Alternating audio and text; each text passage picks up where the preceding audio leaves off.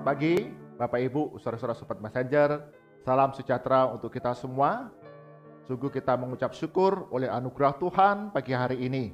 Kita diberikan satu kehidupan yang baru dan kita boleh merasakan, menikmati kasih karunia Tuhan di dalam sepanjang hari ini. Kita akan mengawali hari kita dengan belajar kebenaran firman Tuhan. Sungguh apa yang kita belajar ini menjadi satu tuntunan dalam kehidupan kami. Setiap kita. Mari kita mengawali dengan berdoa terlebih dahulu. Bapa kami dalam surga, sungguh kami mengucap syukur oleh anugerah Tuhan. Kami diberikan kesempatan bersama-sama dengan Sobat Messenger mengawali hari kami dengan belajar kebenaran firman Tuhan melalui pengalaman kehidupan dari manusia yang hidup dalam dunia ini. Firman Tuhan yang menjadi tuntunan dalam kehidupan kami. Berkati Roh Kudus yang memberikan pertolongan, pencerahan, pengertian kepada setiap kami, agar firman Tuhan yang kami baca, kami renungkan, menjadi satu pedoman dalam kehidupan kami setiap hari. Di dalam nama Tuhan Yesus kami berdoa. Amin. Bapak, Ibu, saudara-saudara, Sobat Messenger, dalam kehidupan kita yang kita jalani, ketika kita memiliki satu kemampuan, satu pengetahuan, satu keterampilan, satu jabatan, satu penghargaan yang tinggi, acap kali kita kemudian melupakan akan ada pribadi-pribadi yang lain yang punya kemampuan melebihi diri kita. Kita berusaha pertahankan jabatan kita, posisi kita, dan memandang rendah orang-orang lain. Kita mencari kesalahan mereka, kita mencari kekurangan mereka, kita mempertahankan jabatan kita. Meski seringkali didapati ada pribadi-pribadi tertentu yang punya kelebihan daripada diri kita, dapat memajukan lebih baik lagi daripada apa yang kita miliki. Seorang anak bernama Limi, dia tinggal di desa Chang'an pada zaman dinasti Tang. Limi kecil ini dia suka membaca buku.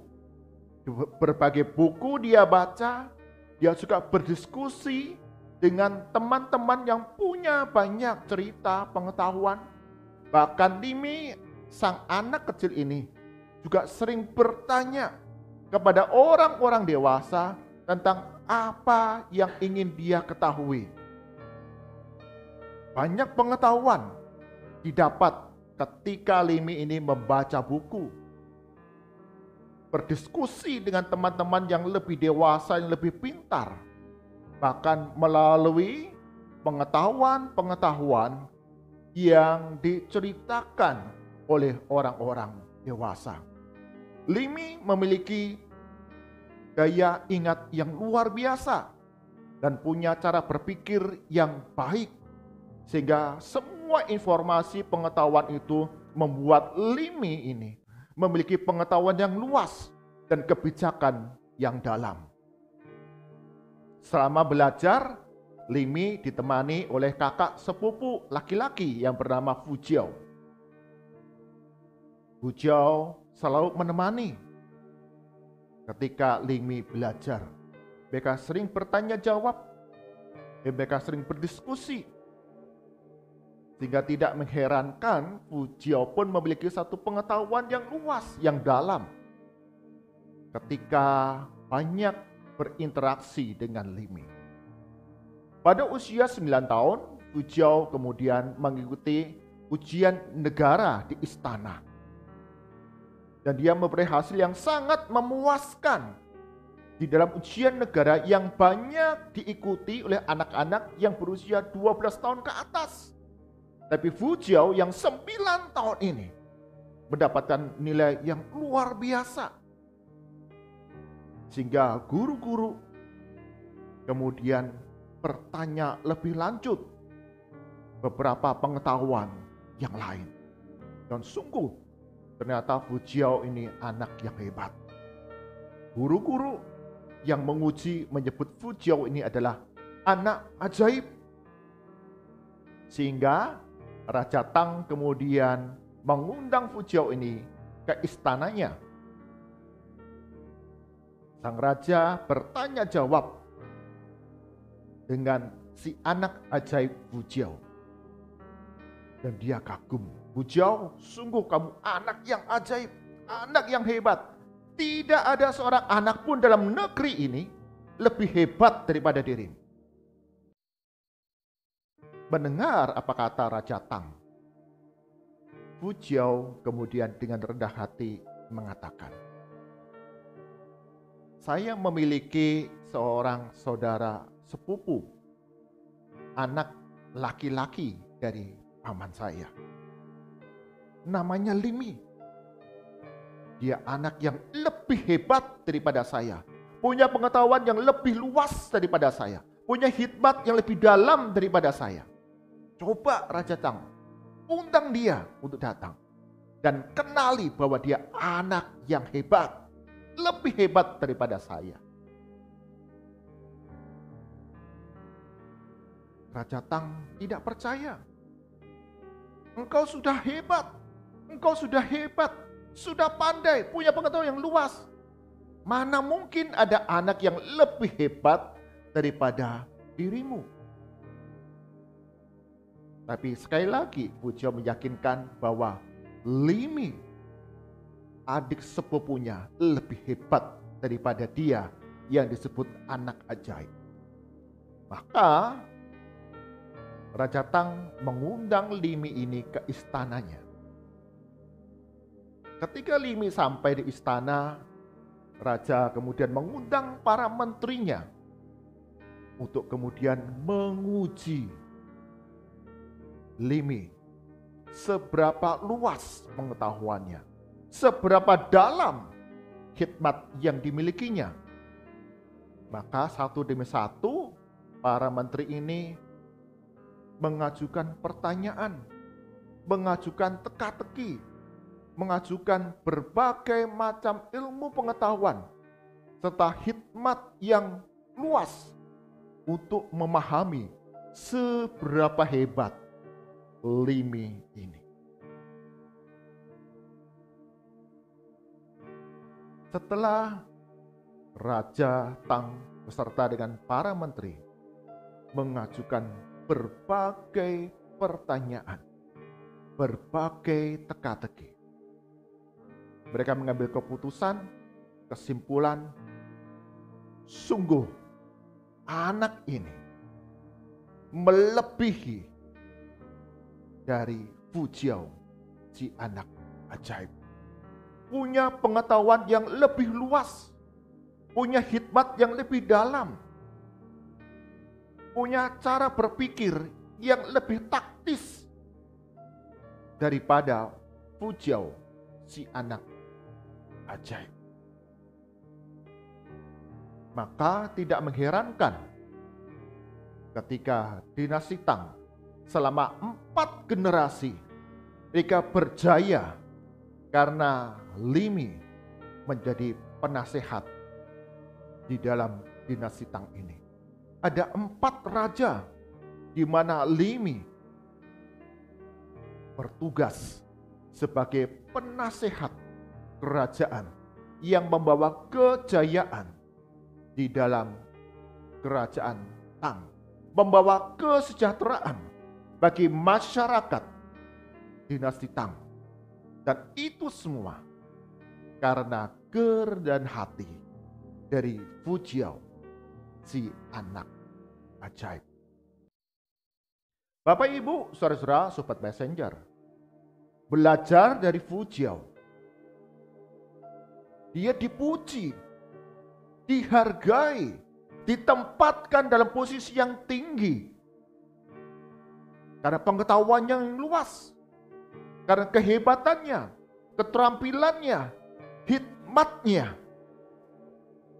Tapi meski demikian, Fujiao dengan kerendahan hati, dia menyadari ada satu pribadi yang lebih hebat daripada dia, yang lebih cocok untuk menempati jabatan di dalam kerajaan dinasti Tang yang akan membawa kejayaan yang lebih hebat, kesejahteraan yang lebih hebat bagi kerajaan. Sehingga dia dengan kerendahan hati memperkenalkan Limi yang lebih muda usianya daripada dia untuk mendapatkan penghargaan tempat yang tepat bagi dinasti Tang. Bapak Ibu, saudara-saudara, sobat messenger, dalam kehidupan kita manusia, kita acap kali menjadi sombong ketika kita memiliki keterampilan, pengetahuan, kehebatan melebihi kebanyakan orang. Kita menganggap tidak ada orang yang melebihi saya, tidak ada orang yang lebih hebat daripada saya, lebih pintar daripada saya. Orang lain lebih rendah daripada saya. Kitab Amsal pasal 29 ayat ke-23 mengajarkan kepada kita demikian. Keangkuhan merendahkan orang, tetapi orang yang rendah hati menerima pujian. Firman Tuhan ini mengajarkan kepada kita ketika kita ada di dalam posisi yang tinggi, memiliki segala sesuatu yang dihargai banyak orang. Ketika kita menjadi angkuh, ketika kita menjadi sombong, kita merendahkan orang lain yang beberapa pribadi di dalamnya memiliki kelebihan, keunggulan daripada kita. Tetapi orang yang rendah hati akan menerima pujian. Dia memahami, mengerti akan kemampuan diri dan kemampuan orang-orang yang ada di sekitarnya. Melihat apa yang dibutuhkan oleh sesama orang-orang di sekitar kita untuk mengerjakan yang lebih baik, untuk melakukan yang lebih hebat, yang lebih tepat, yang lebih baik daripada diri kita.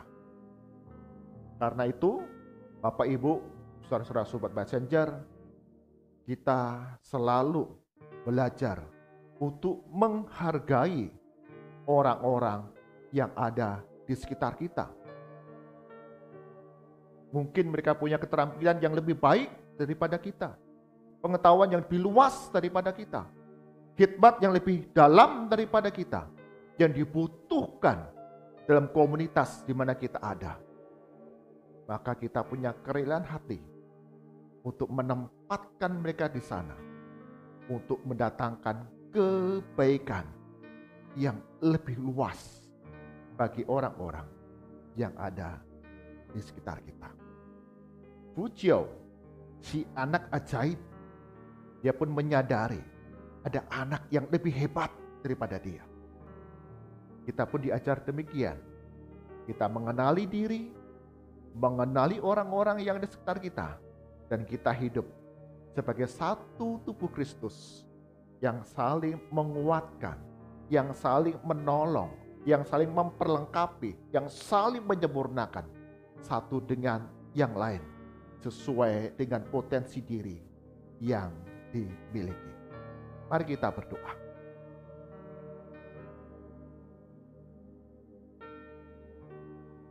Tuhan Yesus, sungguh kami diingatkan kembali. Setiap kali kami menjadi angkuh, menjadi sombong atas segala sesuatu potensi yang kami miliki. Kami memandang rendah orang lain. Kami mencari kelemahan dan kekurangan orang lain, sehingga segala apa yang kami lakukan hanya untuk meninggikan diri sendiri. Belajar dari Fugio, si anak ajaib dan firman Tuhan yang kami baca, mengajarkan untuk kami memiliki kerendahan hati untuk memahami potensi diri dan potensi orang-orang yang ada di sekitar kehidupan kami, khususnya di dalam kami berjemaat dalam satu tubuh Kristus.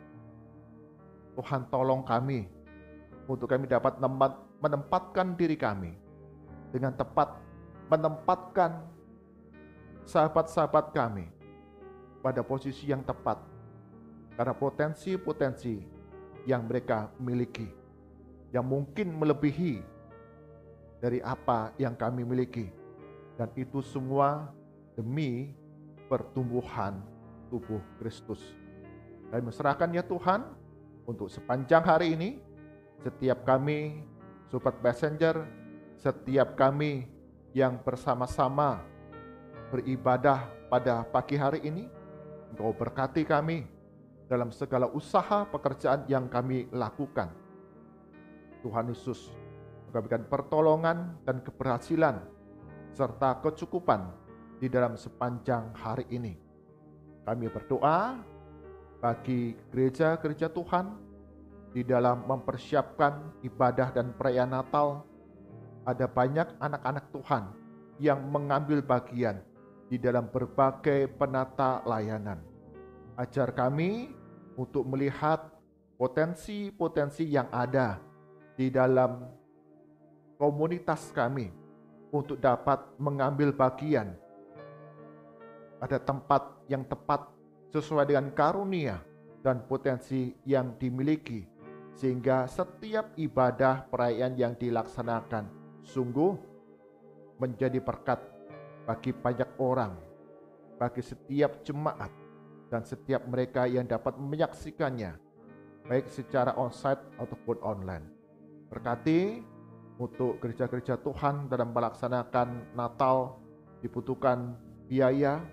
Tuhan, gerakan hati setiap anak-anak-Mu untuk turut mengambil bagian di dalamnya. Dengan penuh sukacita kami bergandengan tangan melalui Natal ini, kami dapat menjangkau jiwa-jiwa yang baru.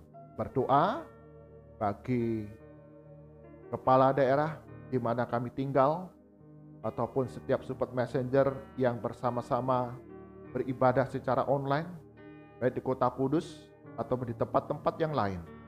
Tuhan berikan hikmat di dalam mengelola berbagai problema yang dihadapi, khususnya menjelang akhir tahun, ada liburan Natal dan Tahun Baru, serta ancaman gelombang ketiga virus COVID-19. Berikan hikmat bagi pemerintah daerah dalam mengambil kebijakan, serta setiap masyarakat yang ada. Kami turut serta bertanggung jawab menjalankan protokol kesehatan dengan penuh disiplin, dan Tuhan Yesus akan melindungi, menjaga, memelihara bangsa dan negara kami ini, sehingga dihindarkan dari gelombang ketiga virus COVID-19 ini, karena kebersamaan kami semua di dalam satu Indonesia. Mari angkatan kita, arahkan hati kita kepada Tuhan dan kita terima berkat daripadanya. Kasih karunia dan damai sejahtera dari Tuhan kita Yesus Kristus, pemeliharaan yang sempurna dari Allah Bapa, serta persekutuan, penghiburan dari Roh Kudus, senantiasa menyertai langkah kehidupan kita hari demi hari. Hidup seturut dengan rancangan Tuhan, sesuai dengan karunia dan potensi yang Tuhan berikan dalam kehidupan kita, dari sekarang sampai selama-lamanya. Amin. Bapak Ibu, saudara-saudara Sobat Messenger, dalam kehidupan kita hari demi hari, Tuhan berikan berbagai potensi kepada setiap pribadi demi pribadi. Itu mengajarkan kepada kita untuk tidak menjadi sombong, melainkan mengenali diri, mengenali potensi orang-orang yang ada sekitar kita, dan bergandengan tangan bersama-sama mendatangkan kesejahteraan, kebaikan bagi semua orang. Tuhan Yesus berkati kita semua.